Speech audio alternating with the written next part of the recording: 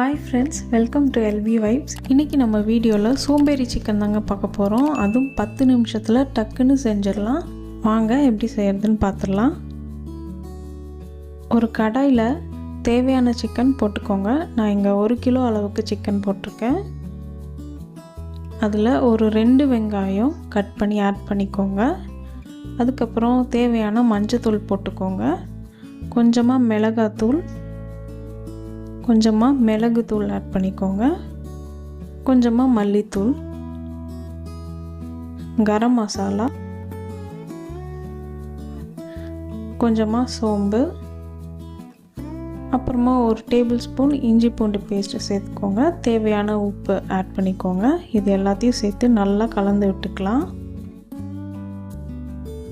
இதில் இப்போ கொஞ்சமாக எண்ணெய் ஊற்றிக்கோங்க. இதையும் சேர்த்து நல்லா கலந்து விட்டுக்கலாம். பாருங்கள், நல்லா கலந்துட்டோம். இதை அப்படியே ஸ்டவ் ஆன் பண்ணி அந்த கடாய் அதிலே அப்படியே வச்சுடுங்க. ஸ்டவ்வில் வச்சுடுங்க. ஸ்டவ்வை இப்போ மீடியம் ஃப்ளேம்லேயே வச்சுக்கோங்க. மீடியம் ஃப்ளேம்லேயே இருக்கட்டும். அடிக்கடி கலந்து விட்டுக்கோங்க, இல்லைன்னா அடி பிடிச்சிரும். இதை இப்போ மூடி வச்சிடலாம். லைட்டாக கொதி வரட்டும். இதில் எந்த தண்ணியுமே ஆட் பண்ணாதீங்க. சிக்கன்லேருந்தே தண்ணி விடும். அதனால் நம்ம தண்ணியெல்லாம் ஆட் பண்ண தேவையில்லை. பாருங்கள், சிக்கன்லேருந்து கொஞ்சம் கொஞ்சமாக தண்ணி வர ஆரம்பிச்சிருச்சு. அடிக்கடி கலந்து விட்டுக்கோங்க, இல்லைன்னா அடி பிடிச்சிரும். டக்குன்னு செஞ்சு முடிச்சிடலாம். 10 நிமிஷம் தாங்க. இதை நம்ம நல்லா சுண்ட வச்சிடலாம். அவ்வளோதாங்க, நம்ம சோம்பேறி சிக்கன் ரெடி ஆகிடுச்சு. கொஞ்சமாக கருவேப்பிலை ஆட் பண்ணி கலந்து விட்டுருக்கேன்.